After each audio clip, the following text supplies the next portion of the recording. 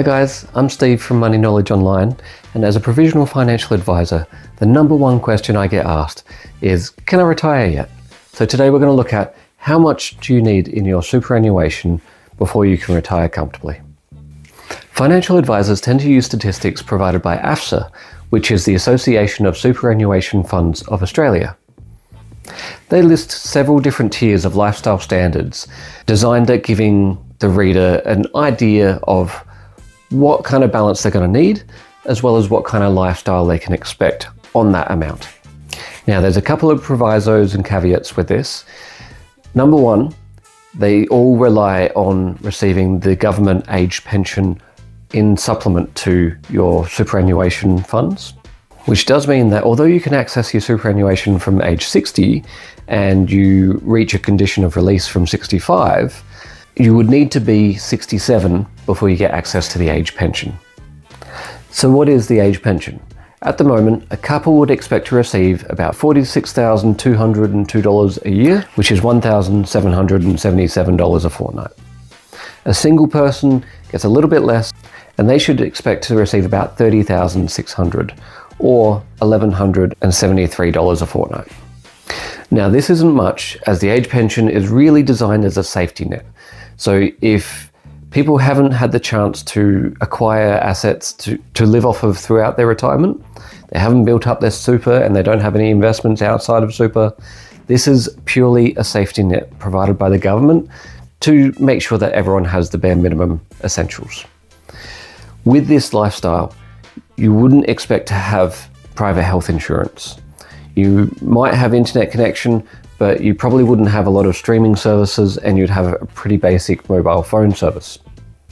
You would be able to afford the maintenance that goes along with owning a home, as well as a car, but it might be limited and you might need to make sacrifices to make that work.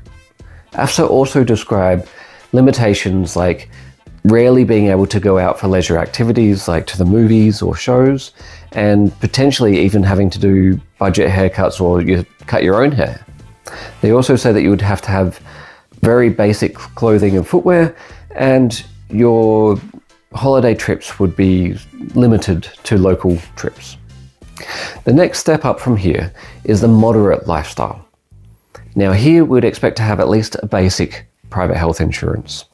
We could have a relatively new mobile phone, so maybe not the newest iPhone, but a decent smartphone that's still going to get by and still have most of the same sort of features. Same with streaming services and a decent speed internet. You can expect to be able to maintain your home and a basic car without any real limitations there. You may need to make some sacrifices as far as outings and going out for meals and takeaway. They might be limited to the occasional bucket. And finally, you might be able to go on your holidays once a year, but again, they'll probably be domestic holidays. Now that brings us to the comfortable lifestyle tier, where AFSA have determined that you should be able to afford the top private health insurance, as well as the latest iPhone or Android equivalent, whatever tickles your fancy. You'd be able to afford your streaming services. You can go out for meals or have takeaway on occasion. You should be able to afford regular outings, so going to the movies, going to see shows, and just generally maintaining your hobbies. You'll comfortably be able to afford your home maintenance, be able to replace appliances when they go, and run a car as well. Now, in the comfortable lifestyle, you'd be able to afford an annual domestic trip and an international trip every 7 years or so. So how much do I need, is what I hear you ask. For a moderate lifestyle, we're looking about $51,200 a year of income for a couple. To achieve that, along with the government age pension, you would need $100,000 in super. For a single person, you're looking at about $35,500. And again, $100,000 in super, along with the government pension, would allow you that moderate lifestyle. So how much do you need for the comfortable lifestyle? We'd be looking at, again, utilizing the age pension to top up the income. You would need about $80,700 as a couple and $60,400 as a single person. To be supplemented by the age pension, you would need $695,000 in super combined as a couple, or $595,000 as a single, again earning that 5% drawdown rate to live comfortably by AFSA standards. From there, I generally get asked two questions. One, what if I want to travel overseas more than every 7 years? What if I want to go overseas every year?